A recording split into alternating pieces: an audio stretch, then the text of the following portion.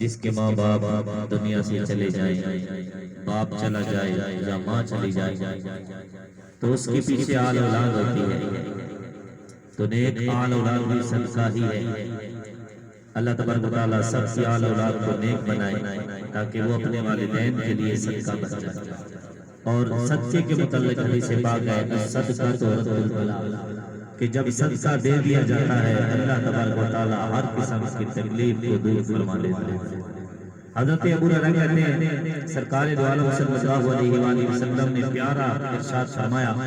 فرمایا جس کے والدین اس دنیا سے رخصت ہو جاتے ہیں اور اس کی اولاد اس کے پیچھے چاہے وہ دن کو نیکی کرتے ہیں یا رات کو نیکی کرتے ہیں، یعنی آل اولاد میں سے